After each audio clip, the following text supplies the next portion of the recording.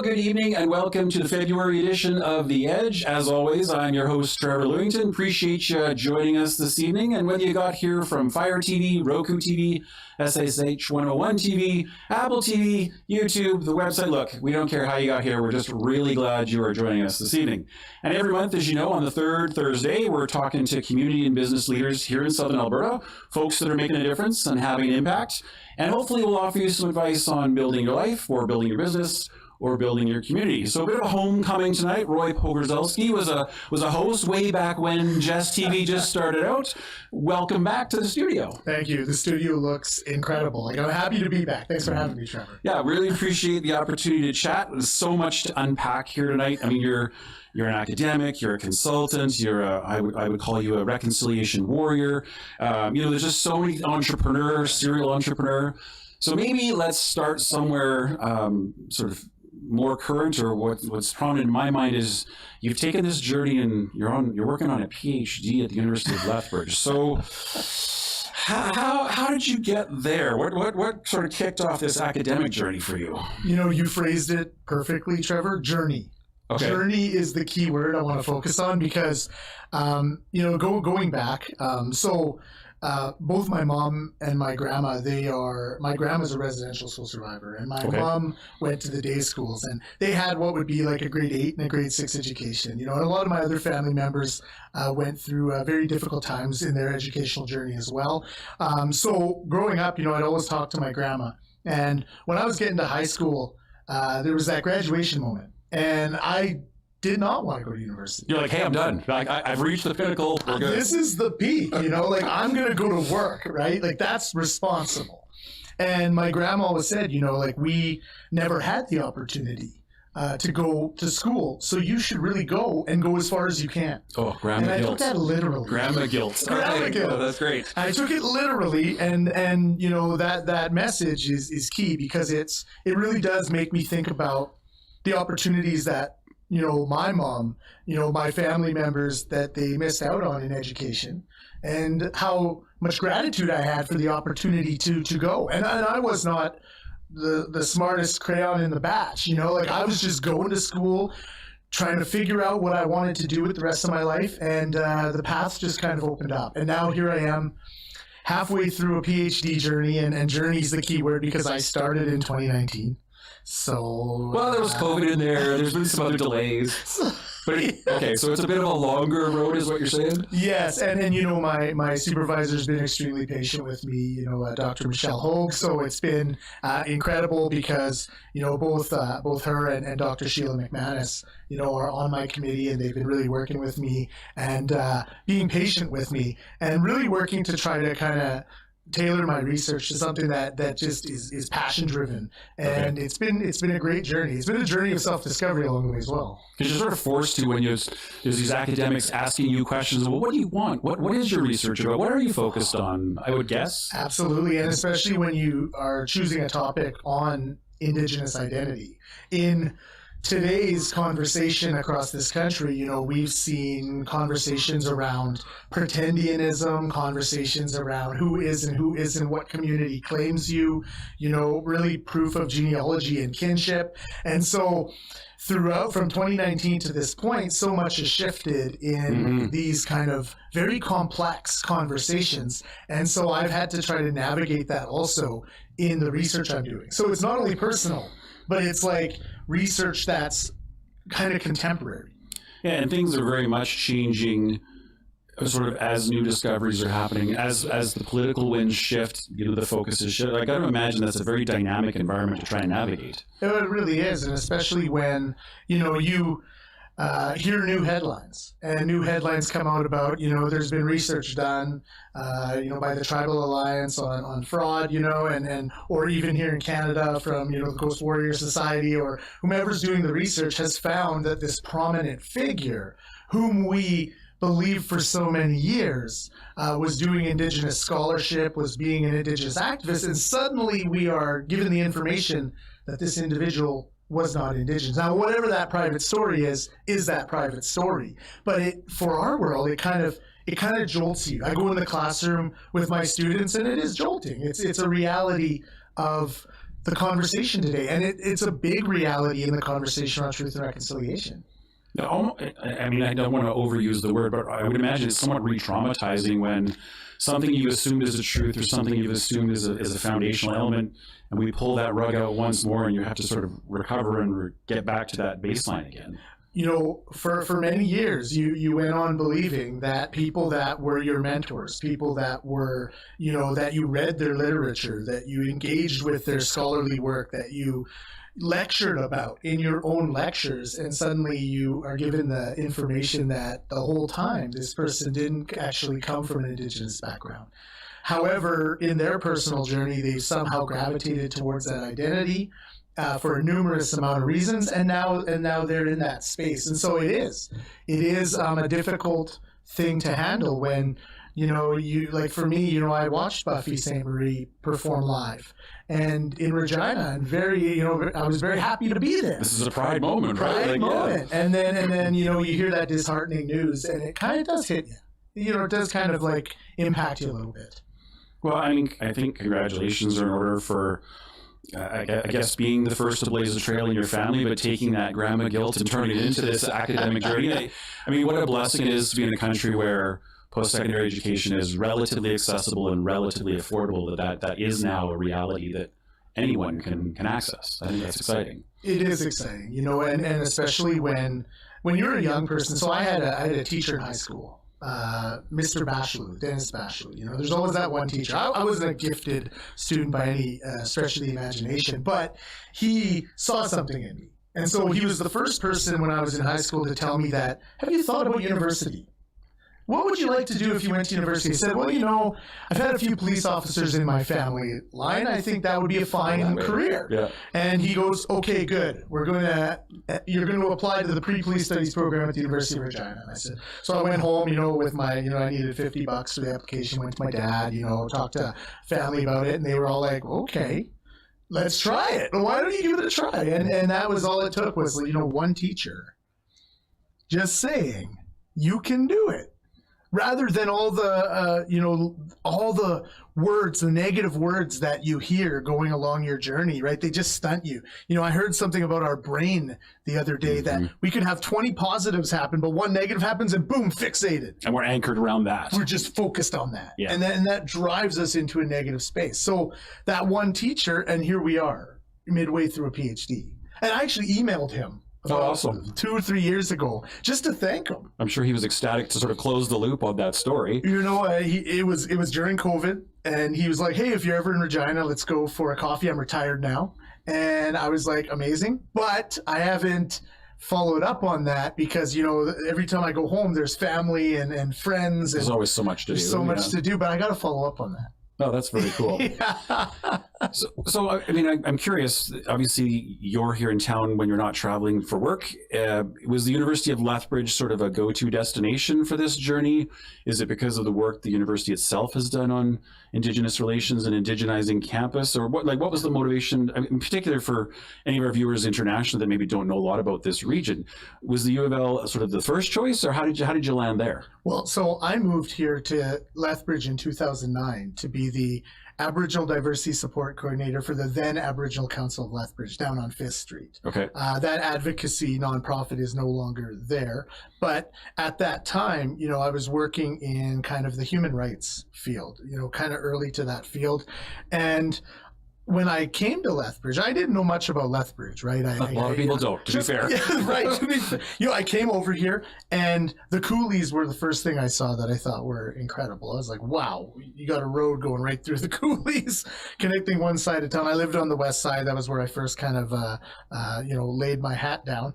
And coming here and seeing everything, and then it just blossomed. You know, it was like then I became inclusion consultant for the city of Lethbridge. Right. And that allowed me to meet so many people in the network who want to do great things for this community and are working so hard because they believe in, you know, how we can advance EDI in this community, inclusion, you know, and there's just so much work we could do. And then I become Director of Indigenous Student Affairs at the University of Lethbridge. And at Igescany Center, and of course that's named after Dr. Leroy Littlebear. Right. And I get to take on a whole new role of supporting our future leaders and our students in their journeys. And so here I am, I'm also a sessional instructor in Indigenous Studies, and I'm seeing now former students becoming counselors of their nation and becoming, in prominent positions with, MNP, KPMG, like big corporate companies doing amazing work. So for me, when the time came, when I thought about my PhD journey and what I wanted to do, I wanted to stay here. This is my home. Right? I have a home where I was young, and I have a home today where I, frankly, haven't seen myself leaving. So the U of L, outside of it being an outstanding institution, was just a place that I knew the right people, the right supports, and I'm in the community I want to be in. I love Blackfoot territory, right? And so you might not hear too many Métis Cree say that, but I'm going to say that, for all the record, for all the Blackfoot listeners out there, I love, Blackfoot territory. So, and I enjoy being here. Yeah, and that was a big part of my decision. And I do want to walk across. I was on the stage as director, watching students walk across that stage. Now you get the chance to do it yourself. I want to do it. And I want my mom in the audience. I want my grandma couldn't be with us anymore, unfortunately, but my dad, I want everyone to come. My fiance, my stepkids, my step parents, or my in-laws, I should say. I want them all to come and just watch that moment. And I think that would be beautiful. That's something that stays in my mind. Well, and that's not a bad thing to help you along your journey to get to the finish line in those moments where you're maybe hesitating on the work that's required to, but this is going to be the reward, right? Is to have them all there and be a part of this bigger thing. Be a part of that. Bring my brother down from Airdrie. He moved to Airdrie, his wife. It's just, you think about all of that, and you think about the journey, and you just think about how much you want to share this with the people that are, in your circle. And I think that's a beautiful thing. If I can ever get to that point where I'll be Dr. Pogo, I think that would be exciting. I feel like there's a shirt or a badge or a button or something coming on there. I like that. So, you had this job with the City of Lethbridge on Indigenous relations. You were working for this advocacy group. You've done some work with the University of Lethbridge as an employee. How did that transit? Was that a natural progression then into consulting because there's a need for these kinds of things, or did you see the business opportunity? I'm just curious how that evolved into this. Yeah. Is it RWP Consulting as your company? RWP Consulting, okay. Yeah, very good. And, it was a progression. I've always admired consultants. I know that sounds a bit weird, but I got to sit down for this one. Yeah. Come again? I always wondered how they went about branding their business, how they went about expanding their networks, finding their clientele, how they were so confident to bet on themselves, right? That was my key piece, is like, who are you to be so confident to bet that you can just make a good living on your own? And I'm just going to charge you money for my advice. I'm curious about this. This is a curious profession to me. Okay. So, at a young age, moving through, working for Aboriginal Council, I met some cool consultants, doing incredible work. I always look for people that can mentor and offer advice. I always gravitate towards those people. I really admire people that have the knowledge to transfer and are willing to do it. I've also met some that they tuck their knowledge, they hide that commodity, and they'll never share it with anybody. Keep it very secretive, yeah. Whereas I always believe that if I have any benefit to offer a young person or any benefit to offer a community member, if I can offer them a network or a segue into something, why would I not do that? People have done that for me. So thinking about consultancy, just opportunities came up, and I had a great opportunity at the City of Lethbridge that a lot of people don't remember, but I represented the City of Lethbridge. So we had a coalition of municipalities against racism and discrimination. It's now the Coalition of Inclusive Municipalities, and I chaired that committee, and I had a chance to go to Ottawa to develop a national advancing equity and inclusion guide with the City for All Women's initiative. Wow. With a ton of other municipalities from across Canada. And then I got invited by UNESCO Canada to go to Nairobi, Kenya, for the International Coalition of Cities Against Racism, and it was people from all around the world. And we all gathered in Kenya, in Nairobi, to discuss how we can create inclusive cities across the world. And there I was, Roy Pogorzelski, City of Lethbridge. You're like, thank you very much. In Kenya. And Very cool. Oh, and meeting people that were just like from different walks of life with the same passions and the same desire to see these very important social justice changes that need to occur in every city, being mindful of that. That was very inspiring. And it was that particular kind of moment where I thought to myself, man, it would be so neat to be able to travel across our country, offer similar consult in thought leadership, in reconciliation-focused leadership, in areas that companies and organizations, whether you're a big corporation, small business, academic institution, nonprofit, whatever the path might be, there's opportunities there. And so when I was a director, I kind of decided that I was going to bet on myself. And my first contract was with the Métis Nation of British Columbia, right? I was doing their early years programming in camps where I was doing the research with families about how important the early years are for cultural development in their youth. Okay. And that was my first launching point into RWP consulting. And then the other first contract I got was with the Chinook Sexual Assault Center. I did some equity, diversity, inclusion, and accessibility training with their wonderful staff kind of early on. Okay. And Christine contacted me and said, hey, would you mind coming and doing this? That was two of my first contracts through RWP. And I look back on both of them fondly. So what kind of work I know reconciliation consulting and sort of improving relations is what you focus on, but what does that translate? Do you work with governments? Do you work with companies? Like, what would I use your company for? What's the scope of services you offer? And that's an excellent question. And I wish I knew the answer to that. Okay, no, I'm just joking. It's all the things. I should know the answer to that. First and foremost, especially during the pandemic, there was that tragic incident of the death of George Floyd. And at that time, I had just started my consultancy. Okay. So I was doing some work for Selkirk College. I still do work for Selkirk College in the space of reconciliation research and teaching Indigenous studies out in Selkirk College. I teach their Métis culture and history portion of their Indigenous studies program. And so that was all that was getting me by. So it was a very scary time for most people, myself included.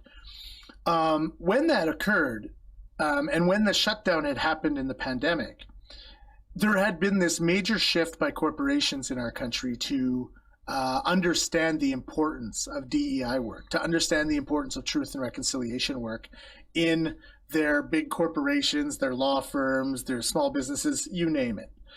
And when that kind of moment happened, I realized there was this desire for everyone to be virtual.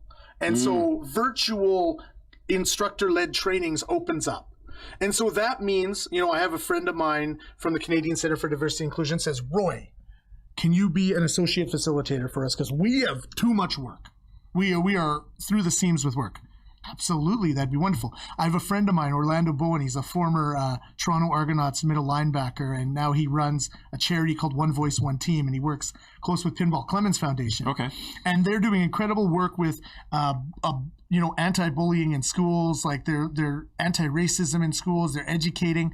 And so he calls me up, and we're both on the Race Relations Foundation Board of Directors, and he says, Roy, can you come on and talk to school boards about anti-racism and allyship? I said, of course I can. So I'm on One Voice, One Team. Another client of mine, Harbor West Consulting, beautiful folks out in North Vancouver doing HR work. They see one of my presentations, reach out to me and say, Roy, we need a senior advisor in Indigenous engagement. Would you mind being part of our team in North Vancouver? So virtually I can do all of this. Right. And then, as kind of we go back more to a hybrid model, you travel a lot to different areas. So to answer your question, it's the companies that are taking equity, diversity, inclusion, and accessibility seriously and continue to take it seriously. And they want professional development services. They want unconscious bias, inclusive leadership, all the kind of components. They want strategic direction. They want assistance with policy. And that's the same when we look at reconciliation-focused leadership. Because Call to Action 92 from the business community asks, corporations to say you must consider meaningful consultation and engagement. So every Enbridge, Deloitte, you name it, now Suncor, they're all looking at Call to Action 92 and saying we need to follow United Nations Declaration on the Rights of Indigenous Peoples. We need to have meaningful consultation with Indigenous peoples. It's mandated. It's now part we need of to this. understand what meaningful actually looks like. What does that look like? Right, and okay. so we've started to build our own plans, our own engagement strategies, our own ways. Is the process perfect? No, but it's a start. And it's a better process than a development project happening and there being no equity shares or there being no consultation or there just being accommodation to damages that have been incurred. So my company kind of steps in to write research plans in that space, educate on what Indigenous engagement looks like, what meaningful Indigenous engagement can look like, and also to talk about, really just Indigenous inclusion at the core. What do we need to myth bust about Indigenous people in this country? What are some of the myths we still have that I need to use facts to myth bust? And that's kind of where RWP kind of cool. the direction. No, good for you. That's really cool. So I'm assuming the website is rwpconsulting.something? .ca. Okay, so people can go there. They can look up what you offer. They can reach you that way as well? Yeah, and they can hear a bit of my story on there too. I had a great writer who wrote my story just from listening to me. Okay. It's incredible what they do. Very cool. Okay, so rwpconsulting.ca. That's the one. That's the one. Now, you talked about companies being interested in continuing the journey.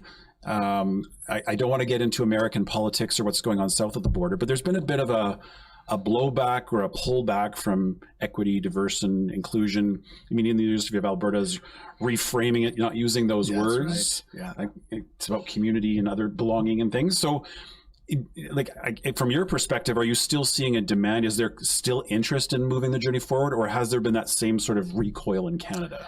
This is a perfect teachable moment for young entrepreneurs. I think any entrepreneur, to be honest with you, because if you don't diversify your revenue streams or diversify where you are situated, you could run into that problem of that one well might dry up. And you hear entrepreneurs talking about this all the time. Don't just have 2 wells that you're pulling from. Have 12 wells. In the case that 2 stop working, you can go over to a myriad of other wells and still pull good networks and good relations and good work, right? Okay. So to answer your question, the South has absolutely rocked what's happened in Canada. There's absolutely been a ripple effect. Okay. I've seen it, noticed it. Many people who I know across Canada who work in the same industry have also had to be quite creative because the companies that were doing this as a checkbox during a time where it was good to checkbox, where it was part of business, did that. And now they've kind of folded back into the cultural norms of their past. They have their old culture ways, their old culture fits, and that's the way they've gone. And now to give you a bit of an example, I do some associate work with Diversio EDU, and they purchased the Canadian Centre for Diversity and Inclusion's consulting branch in 2024, and I kind of shifted to do some associate work with them, facilitating. And they have clients in the United States who pretty much said, we're not going to use the term equity, diversity, inclusion. That's not terminology. It's not diversity anymore. We are shifting to leadership. We are talking about how to be good leaders. And if we bring that into what a good leader is, then we can talk about it. But we can't go into certain clients and say, we're here to talk to you about, equity, diversity, inclusion fundamentals, right? Because they in America, it's not popular to have that as part of it, as just part of what's happening politically. But leadership fundamentals, we could talk about those. We can talk about leadership. And it may fundamentals. include some of these elements. It may. Okay. It may. Okay. How to be a good leader and a good person. Step-by-step guide on, being a better leader, better person, better you, I suppose. And that can be a facet of it. So we see that shifting, and there's still companies that are steadfast in their commitment. Incredible companies that are still doing very important work. Then there's the companies that they can lay off the pedal a little bit because they know that the tide has shifted a bit. Okay, interesting. Now, I mean, in Canada, we had the Truth and Reconciliation Commission and its calls to action, and there was a long list. And as you said, 92 to 94 was about the economy and local business and so forth. But I mean, it feels like that was launched with great fanfare, and then companies, I think it prompted some action. It prompted especially large national organizations to pay attention. Do you feel like there's been progress? Do you feel like that? Do you hear about CTAs and TRC? Like, do those acronyms still bubble up, or is it sort of died down in Canada, do you think? It's a really good question, because you're not wrong. In 2015, when the TRC calls to action were released, and if you'll remember, it was 2014, we held one of the survivor TRC Commission's testimony hearings here in Blackfoot Territory in Lethbridge. Okay. And we had a chance to hear from brave survivors share their testimony. Theron Fleury came down, was invited down here to speak. I did some jigging with folks, to kind of try to alleviate some of the heavy emotions. We had a great committee that was working to plan for the TRC's arrival. So in 2015, when the report is released, 94 calls to action. These are the 94 calls. Now, I'm just going to go back a little bit of an educational touch point. The Royal Commission on Aboriginal Peoples in 1996 called for reconciliation in their major project that went across the country. And when they published it, there was no social media. So quite naturally, we're not reading a big, thick. I don't thumb through Royal Commission reports very often. It's not the most exciting reading to do, before bed. So naturally, that got shelved. But what came out of it was the federal government did a statement of acknowledgement in 1998, much like the churches did before they kind of officially apologized, right? Okay. The Catholic Church in particular. And so, with this statement of acknowledgement, it called for reconciliation. Then 10 years later, we got the apology from the Harper government. Right. And that was another big moment. That's what led into the TRC Commission. Going around was that apology. It funded money for the commission to go around to hear 6,500 statements from 300 communities, ranging in 5 minutes to 5 hours, right? Because there's no cap on that. And so with all that knowledge, we get 94 calls to action released in 2015. In the city of Lethbridge, our committee goes diligently to work on that, where we start building an implementation plan that can really show what our municipality's commitment to reconciliation is here in Blackfoot Territory. So now here we are a decade later, and you asked a big question. And so do I see some larger commitments? Absolutely. Okay. But 15, according to the Indigenous Watchdog and according to the Yellowhead Institute, at maximum 15, maybe 17, but in between that, calls to action had actually been completed in 10 years out of 94. When you dive a bit deeper, 3 of those are from the museums. Right? I was just working with the Royal Ontario Museum, and 3 of those completed calls were by the museums because it was about funding for Canada's 150 and museums working to put out Indigenous, kind of curation in their museums. So 3 of those 17, that leaves us with 14. One of them is the National Day for Truth and Reconciliation, quite naturally. So, we've got very few calls we've actually kind of fulfilled. And so I'd like to be an optimist to say that we are headed in the right direction, but we also are well aware of for example, and it's always been a topic of conversation, maybe contentious, but the competition for lands and resources. Right. That has always been a main stay of this conversation, and it still is. Look at the memorandum of understanding that the Carney government is trying to sign with our premier. Is there Indigenous consultation in that MOU? I'd ask that question. I'd also ask, with larger conversations, as you're well aware, around separatism, what does that look like? Mm-hmm. When we talk about the advancement of pipelines, even into BC, and we see some of the contention with their premier, there's a lot of questions to be asked around, what is meaningful engagement? What is our duty to consult? What is truth and reconciliation in and around those particular pieces? And we already see how our nation's leaders in Alberta are responding. They're responding by using the courts against the province to say, you can't do this without any consultation, first and foremost. Yeah, these processes are constitutionally protected, thou shalt. Right. You said it best. It's not a request, thou shalt. Thou shalt. You must engage, you must consult, we must be part of the conversation, we must be at the table. And of course, that's being completely ignored. And even if you watch some of the media around separation, and some of kind of their heads of that leadership movement around separatism, they're undermining what treaties are, right? They're not understanding that these are negotiated agreements, that our Supreme Court, unfortunately, doesn't believe that they hold the test of the international world, but we as Indigenous people know that they do. They're nation-to-nation agreements, they're sovereign nations signing an agreement. But the Supreme Court of Canada has always protected parliamentary supremacy in our country. So I'm not going to get too deep into that, but to just say... We are a Westminster model, after all. Yeah, right, exactly. So to just say that that's a major component, I think a lot of people are just trying to negate, especially particularly on that side. And even with the Carney government, I would say that there needs to be a show of consultation. You can't just sign an MOU.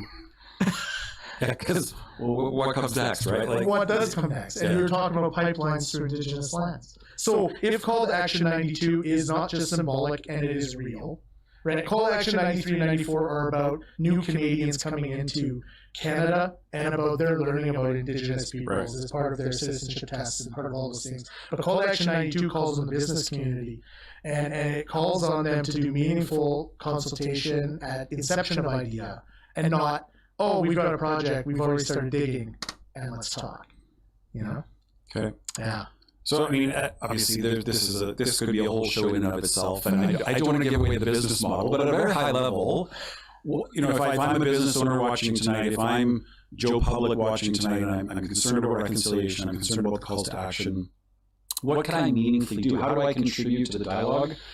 Again, how do I, as a business, perhaps demonstrate that I want to make progress on this?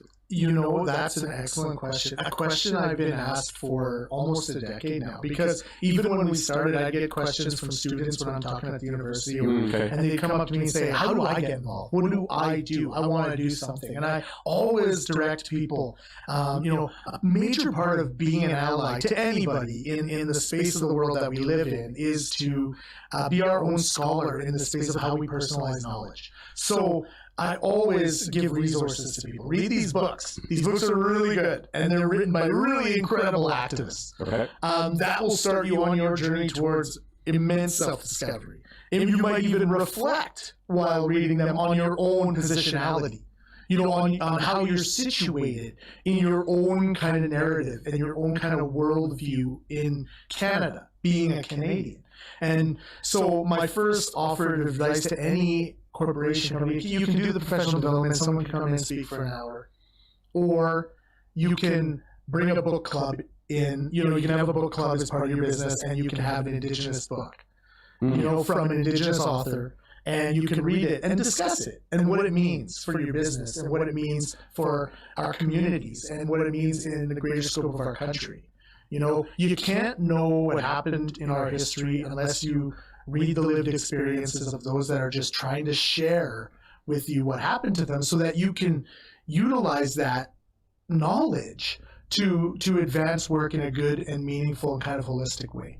And then you would be open-minded to inviting kind of Indigenous ways of knowing it. Maybe more open-minded discussions around, the contributions of Indigenous knowledge and not just how it was negated by Western science, right?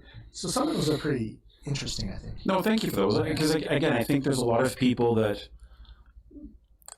are well-meaning, well-intended, would like to contribute, but just don't know where to start, or sometimes feel frustrated when they hear the social media echo chamber that's around us sometimes.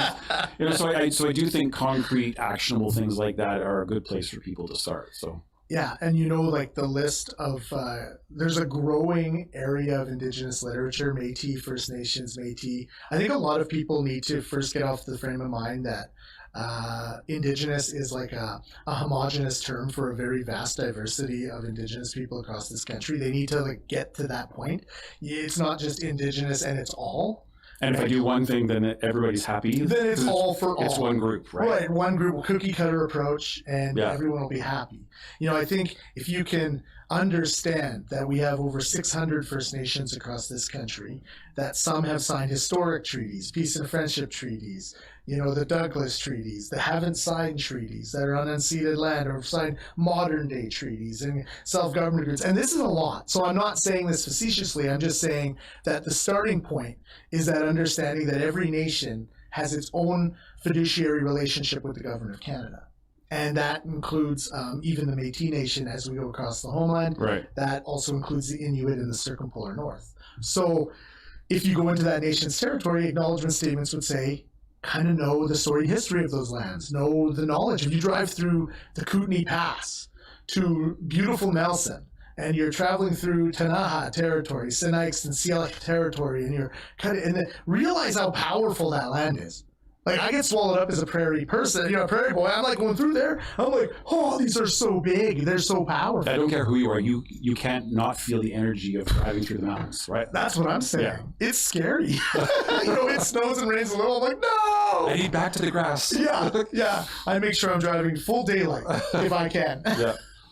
Okay. Well, I think, even the focus and attention for the wrong reasons on Greenland, it was interesting watching some of the dialogue, particularly from American broadcasters, of, well, why would Canada's Indigenous Governor General be at the opening, and not understanding the connection of the Inuit across the north, the closer neighbors than they are with. It was just an interesting dynamic, not even understanding that they're within Indigenous peoples, there are these classifications, and there are these histories, and there are these unions. So it's all around us in many ways. It really is. And those relationships, whether they be global, I mean, the reason why we use the term Indigenous is because it's connected to the United Nations Declaration on the Rights of Indigenous Peoples. Right. That connection, there's no concrete definition at that global level, but there's a specific set of criteria that binds Indigenous people together. So, as Indigenous people globally, we're connected to this call to action to ensure that Indigenous rights are recognized, that they're respected. And so when you have kind of global conversations that are, I would say, I guess, colonially minded conversations, especially from maybe one particular, leader of a country, though that's when it gets kind of challenging, is that it's that lack of understanding into what that connectedness means globally, right? So we see a lot of that these days. I'm sure you do, all across the country and internationally. Oh yeah, and it's all like today more than ever, we are seeing how globally connected this world has to be right now, because a lot of people have made comparisons to World War II. And I mean, I would not go so far as to compare the two, rather than I think people are pulling similarities. But and there are threads there to pull on. There's some threads. And so I think in our current particular space that we're in, kind of our understandings of global politics, we're seeing nations making key relationships and alliances, and not necessarily because they've, always wanted to be in that space, but because they know that space offers protection from some of the, I would say, difficult decisions of one particular country, in this world right now, and some of the challenges that we've seen in other countries, even trying to play politics with the United States. It's really difficult. Yeah, I think, Prime Minister Carney's speech around the middle powers, and if you're not at the table, you're on your menu, it resonated for such a strong reason, is that most countries are middle powers, and they do see kind of the environment that we're in, and it affects all of us in many ways. It really does. Yeah, so that's I think that's topical for most Canadians. No matter where you're at or who you are, you're around the dinner table, and people are on TikTok. They're watching the clips. There's news everywhere. We don't need traditional media formats to come through Facebook like it used to. We see it everywhere. They're in reels. They're in clips. Yeah. They're 30 seconds so that our attention doesn't waver. And we're seeing so many perspectives. And it forms opinions, but it allows us to have bigger conversations too. Even with our parents, with our in-laws, with our families, with our kids who are hearing this in school. It's certainly a unique time in our world, and this will be history one day. So yeah, someone's going to look back on this moment, and we sort of have to explain ourselves. What did we contribute, right? To some degree. Okay. Well, I do want to thank you for kind of being vulnerable and sharing your perspective. I appreciate that because it's not always easy to do. I do want to shift gears a little bit and talk a little bit more about your entrepreneurial journey, because I do think it's interesting that you're an academic, you're consulting on these things, but you've also got this rich history of creating businesses and doing some wild and crazy stuff. So, I think about my interactions with Pogo Brothers Entertainment and some of the big events. That company is now morphed into Gemini Entertainment, 2 sets of brothers, as I understand it. So can you maybe talk a little bit about the origin of Pogo Brothers and how that evolved? I'm just curious to kind of hear that story a little bit. It's a really fascinating story because me and my brother never thought about business. Business was for other risk takers. Okay. Other people that were going to, put themselves out there in an entrepreneurial way. We didn't see ourselves as entrepreneurs ever. And in fact, I was working as an inclusion consultant for the city of Lethbridge. My brother had just got a job with the Southern Alberta Ethnic Association. He was their executive director. Okay. And so it was kind of neat because I got to work with my brother in a community development-based capacity. Sort of adjacent spaces crossover, right? Correct. Yeah. It was incredible. And at that time, there was not a lot of festivals. Downtown was not widely used. In fact, at that moment, we had just started the Downtown History and Beer Tours. Okay. Right, with the Downtown BRZ and with wonderful Belinda Croson and the Historic Society. And of course, one of my mentors and main man, George Cool, when he was working at the city. Mr. Downtown himself. Mr. Downtown himself. Yeah. And then of course, Ted Stilson was at the Downtown BRZ at that time. And we got together and said, man, how do we create vibrancy around this? There were so many wonderful little restaurants that were serving beautifully unique beers before even craft beer kind of really pumped up. And I just thought it was really neat. We had Plum, mm-hmm. at one point we had, there was that one, Miro's Bistro. I could go on and on about and we still have some of those great restaurants that are still downtown. But it was amazing. Gastronomy is so much fun. Because you get to eat. You get to eat. Yeah. And then having libations is just a pleasure. How can you go wrong? It combats the stress of our working lives. Right. And so that kind of led me and John to have ideas about, okay, this downtown, it wasn't Festival Square at the time, it was a parking lot in front of the Tapos. And their former owner, Joe Euphemia, and now it's Ram Canal, who's an excellent owner, love Ram. But Joe Euphemia was there, and we started talking about a World Cup viewing party.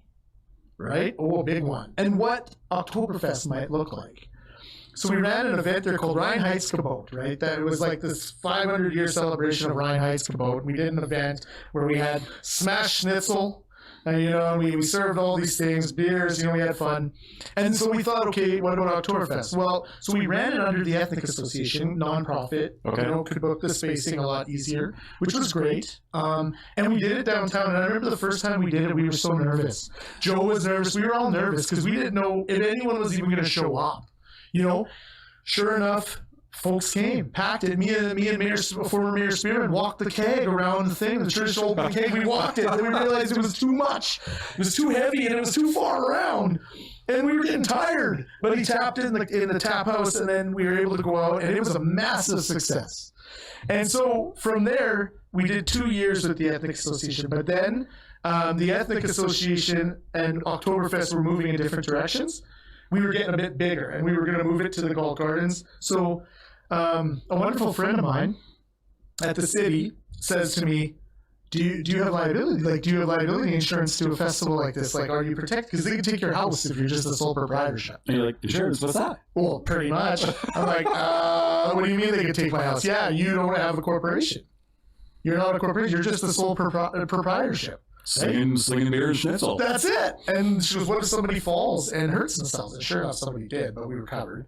But what if someone falls and hurts themselves and you're not covered? You can be sued. You're liable. And I didn't know that. And so I said to John right away, I said, we have to incorporate our company. And that's how Pogorzelski Inc. came about, was really just to keep a festival going. That's still going to this day. Nice. Over 10 years, right? We've moved... Except we went to where Excite now is, in that space. We've been there. At the exhibition, we've been over here down in Festival Square. We've been in Gold Gardens. We moved it around, and now with Festival Square being Festival Square, it just fits. It's purpose built for It's purpose built. So me and John said we love karaoke. And so off a relative of ours from northern Saskatchewan, they had a big karaoke book. We bought it for like next to nothing. And back then it was kind of like the old school way, right? You had it on a disc, now we're USB, now we're just all Carafun.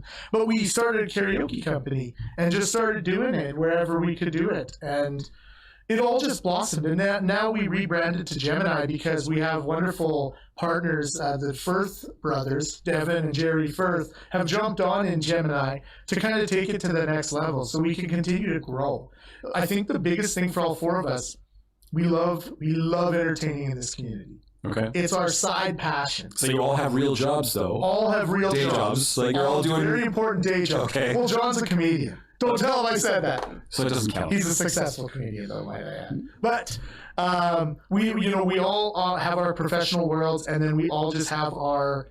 It was a hobby business that turned real. I think a lot of people start off hobby business that turns into something because they realize because it's a passion and it's exciting. You fill a gap, and then all of a sudden there's demand, and you can grow. And this summer we're expanding to our second festival, Beer, Bands, and Barbecue, down in July in the heat in Festival Square. And then we're going to shift to a 90s dance party. Okay. Afterwards, with live 90s music. You had me at barbecue. I'm in. Yeah, so you'll be there at barbecue. We're trying to stay for the 90s. Okay. No promises. No one needs to see me dance. So we're excited about that, though. And so we're always growing. That journey led, my brother talked me into Good Times. Another one. So that's the evolution was a comedy club, right? Yeah, Good Times Comedy Club. Yeah. So I was with John down at the Old Owl, where the Old Owl was, in that older building, and John went on stage on one of their open mic nights, and I was there with him. You know, first time he was going to do it, he was kind of he always wanted to do it, and he finally just went and did it, and he was phenomenal. You know, he was incredible, really funny, and just kind of kept going. And then, you know, we were going to open up actually a cocktail bar. Okay. Downtown called, we were going to call it Jade for some reason. I don't even know where the name comes from. It's catchy, I like it. Catchy, classy, you know, all those things.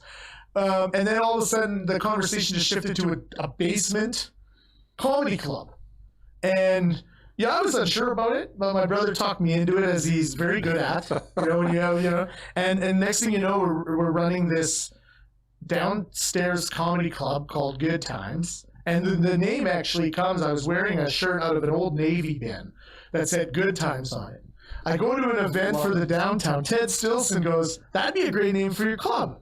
You're like, okay. I go to the guys, I'm like, Good Times? And they're like, yeah, that's perfect. So he gets the name. And I mean, that was fun. That was fun. But we've all sold our shares out of that now. It's in the hands of capable, amazing owners. And it's still going. It's still functioning, still crushing. Yeah, they're doing great. And people, you know, I think there wasn't a lot of fanfare in the transition. So sometimes I still have people passing by saying, man, great job on owning Good Time. Like, I haven't owned it for years. You know, like we kind of sold our shares just when the pandemic was opening back up. That's when me and myself and a few others sold our shares to new owners because I was going into my consultancy world. I had to focus heavy there. And a few of the other owners had their own, you know, the pandemic was over. We'd survived it. We managed it. Somehow got through. And now it was time. But I was very fond of doing that. And that's when I got to see, like, my brother as a true entrepreneur.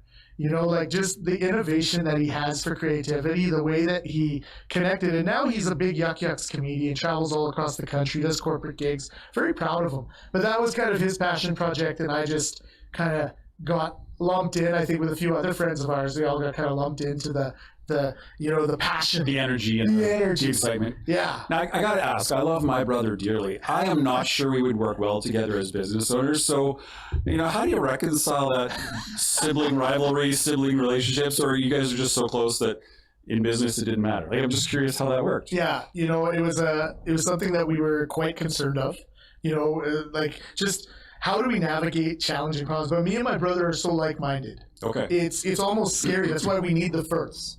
Because me and John are so like-minded that we just run one way and we say it's got to be the right way. And a lot of the time it's just not. But some of the times it is. We have great ideas. And we need a couple of amazing folks like Devin and Jerry to kind of steer us back to let's think about this. all the business planning, all this stuff. Like, I'll be honest with you, as an entrepreneur, that is not my forte. I've been in too many strategic planning sessions where I was just sitting there like, oh no, here we go again. Oh, strategic planning. Those two words, they kind of make you twitch a little They bit. make me twitch a little bit. That might even be your reaction. I don't know, maybe you love strategic planning, Trevor. But you know, that so they keep it kind of, you know, really great from the business lens of things. And me and John, we're very kind of creatively innovative thinkers. And so we can all get together in that space. And so when me and my brother have problems, the best part about being brothers is that have an open and honest relationship, and that we don't get offended easily from each other. Mm-hmm. That's another thing, right? Like, I think when you have a disagreement, it's easy for folks to get offended, and it's easy for them to kind of withdraw and kind of almost feel slighted. Okay. Right? And then, you know, it's hard to kind of reconcile that because your feelings are your feelings. Well, with me and John, like moments before, I think, every Oktoberfest for 8 years, we had the yelling at each other for 10 minutes. Like, so loud in the downtown that people were like, whoa, what's going on down there? Do you need to call somebody? Like, yeah, for sure. And then we're just like, we're good, we're opening, and we hug. And then it's all over. Then it's managing the event, you know? So those moments are kind of funny. You know, we both look back and laugh at them. Nice. But for the most part, we're just best buddies. We're brothers. It's very fortunate that it worked out that way. You know, like he's my absolute best friend, right? So that's awesome. Yeah, outside of my fiance now, she's my best friend, and then there's my brother. You know, but you know that's her status now. Okay. She's taking that over while John was. It's okay. The mantle can move, right? The mantle definitely can shift and move, and I'm very happy about that. And you know, my brother's there for me. I'm there for him. He moved up to Airdrie. They had a great opportunity. He lives right by the airport, 20 minutes away, so he can fly anywhere across the country for comedy. And then now when I'm traveling out, I can go stay at his house the night before. Even better. That's perfect. That's where we want him, right? Fantastic. Yeah. Awesome. Now, I mean, obviously lots of lessons through the years. Liability insurance is really important. But are there, you know, if there was one or two sort of key takeaways from your entrepreneurial journey, what advice would you give to someone who's starting out or thinking about a business idea or going down that path? You know, there's multiple things, and that's a big question. I'm sure you've talked to a lot of entrepreneurs about that question and get a multitude of answers. You know, one of the biggest things I've already kind of mentioned is you have to, in today's world, you have to figure out ways to diversify your revenue streams. You just have to. You can't go all in on just one particular way of business because business is so nuanced now. We have social media. Love-hate relationship. I think we all have it with it, but it's effective. It's an effective mode of communication. Right. If you understand it, now we're moving into AI. Oh no. Like, this is a whole nother platform. I get ads all the time like, learn AI or forever be behind, you know, like these are the things that are happening. So from my perspective to young entrepreneurs, I would say, you know, you have to keep like a very open mind about, you know, where you're going to kind of spend your time and, you know, kind of invest your revenue and kind of try to find where you can have backup plans and all those type of, you know, contingency pieces. Because during, like, just now, if I didn't have that, I would be in a bit more of trouble with my consultancy because it's getting harder to bid on, you know, professional speaking contracts. You know, sometimes in our world, we're the first to it, and then many organizations kind of come up, and now you're competing against many, and whoever's the flashiest in marketing, I mean, that's where our eye goes. Yeah. So, you know, to young people, I think there has to be a large humility to business. I think you have to know that you have no answers. I think who said it? There's this room. There's this really great quote that, you know, the smartest person in the room is often the person who realizes they know nothing, right? Yeah. Because we have a word in Cree called kiske itamo, and it translates to a journey towards knowing.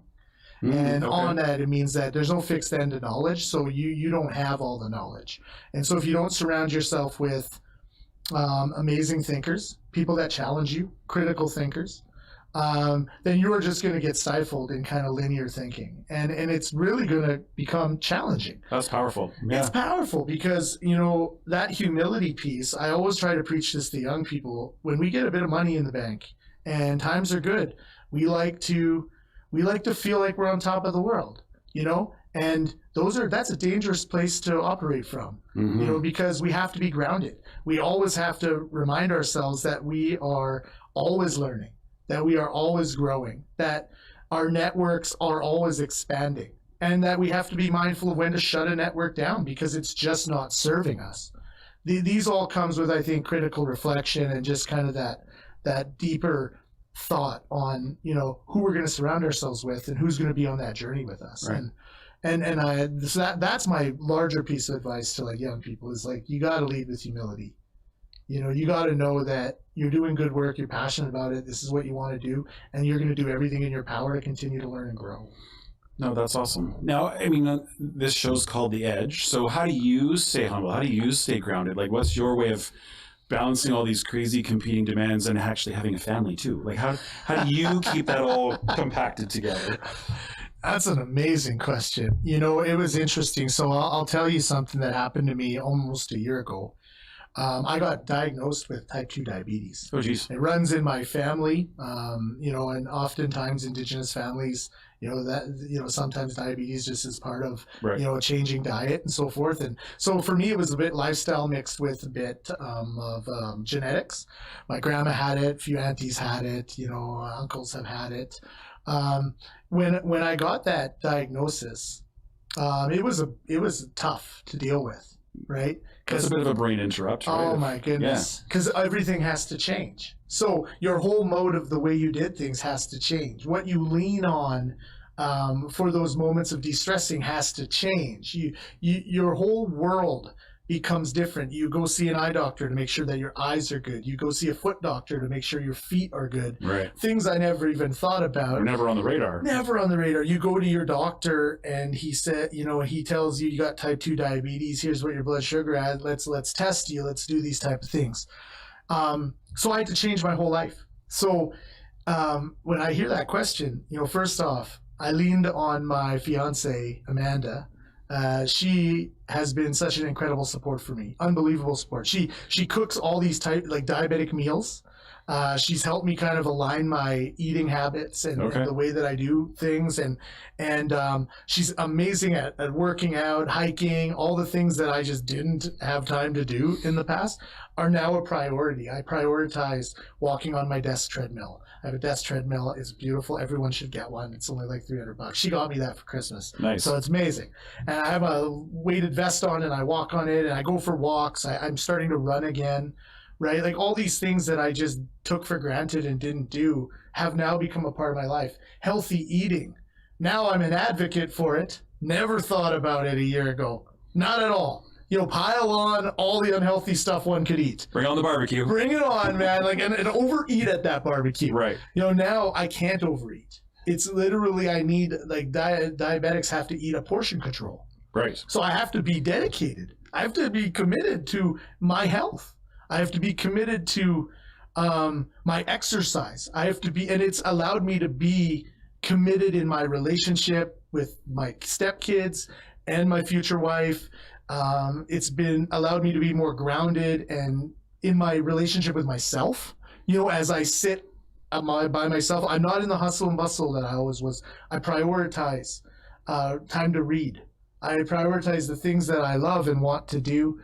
So I went back to my doctor for blood test. He goes, "This is incredible. I got it down to 6.1 from 8.4, my blood sugar." And now I went to him today and he's lowered my dosage on medicine. Oh, congratulations. Because I'm doing well.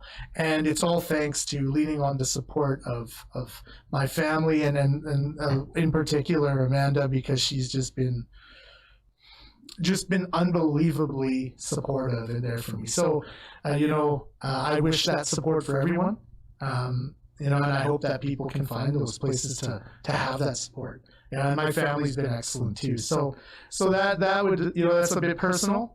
Oh, but thank you for sharing that. But again, I think everyone, there are a lot of people who would have been derailed by that diagnosis and potentially would have spiraled and might be dealing with very severe health consequences as a result.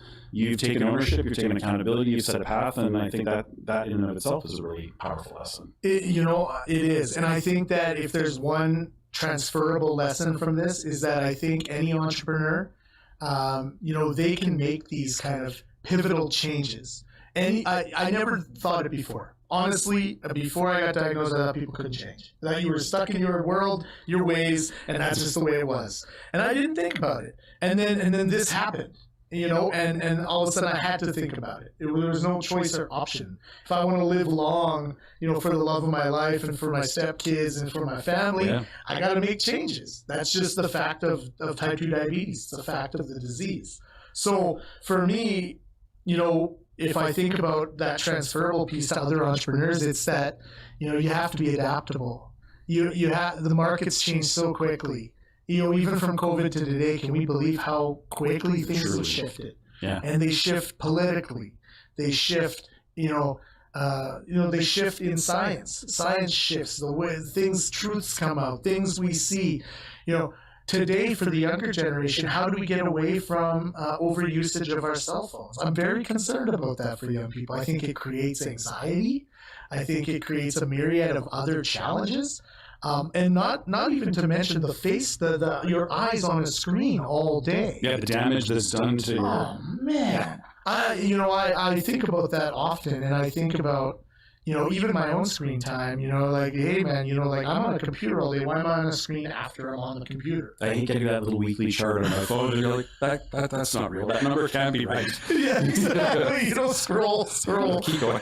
And so it's those particular pieces that I really have been focusing on, is kind of like, how do I make that? I had a colleague of mine at the One Voice, One Team, Shanice, her name was. And when we were mentoring students for the Pinball Clement Foundation. They're marginalized students. It's called From Margins to Mainstream. They're students that get their full education paid for by Pinball Clemens and his foundation from year 1 to year 4. It's most incredible. And we were on the mentorship team with One Voice, One Team. And my colleague, Shanice, always talked about making time for joy. She said, don't do things that kill your joy. Like, make time for joy. Like, you got to make time for fun. And then for me, so my grandma, my family, humor is a big part of our world. And literally, I can say this scientifically even, that humor is a coping mechanism to stress. Absolutely. So if you are not allowing yourself to laugh, if you're not allowing yourself to find joy, oh man, you are depriving yourself of some of the biggest things that we need for release, just to kind of like ground ourselves. And it's okay to laugh at yourself. It's okay to not be perfect. It's okay to step out of your comfort zone and try something new and not be the best at it. Right? Just do it and then laugh about it. Right? That's the best answer. Yeah. Come on. Yeah. So that's kind of my takeaway. And I always remember saying that, make time for joy. It's so important. Yeah, and that's what I would even say to young entrepreneurs. Like, don't get. We all know what the goal is, but you gotta get so lost in that grind. Don't. You gotta keep your eye on joy. Don't, because burnout's real and it hurts. And when it hits you, it's the worst thing in the world. So, and I shouldn't say the worst thing in the world. That's obviously just a cliche, but it's bad. And I think today, with how much we have going on, how much our phone dings at 9 p.m. Who's sending a business email at 9 p.m.? Why? But they are all the time. Yep. And so, but we ding, Pavlov, gotta look at it, right? Oh my God, what is it? Oh, it's just a notification from my weightlifting app. Right. Not even necessary, but now I'm on it, so I will scroll some reels. That's right, exactly. These are really funny SNL reels and all these type of things. So, yeah, I think that that's such an important piece. It's just making that time, that whatever brings you joy, just do it. Well, thank you. The last hour has actually flown by. We're already over time, if you can believe that. Oh, wow. So I had lots more questions. We're just going to have you come back. But I just want to say thanks for joining me and sharing your wisdom today. Folks, that's this month's episode. The future Dr. Roy Pogo right here. Gentleman, scholar, entrepreneur, reconciliation warrior. Thanks so much for sharing your wisdom tonight. I really appreciate it. Thanks, Trevor. And we'll see you next month. Thanks so much for watching. I'll shake your hand, sir. Sounds good. Yeah. Take care.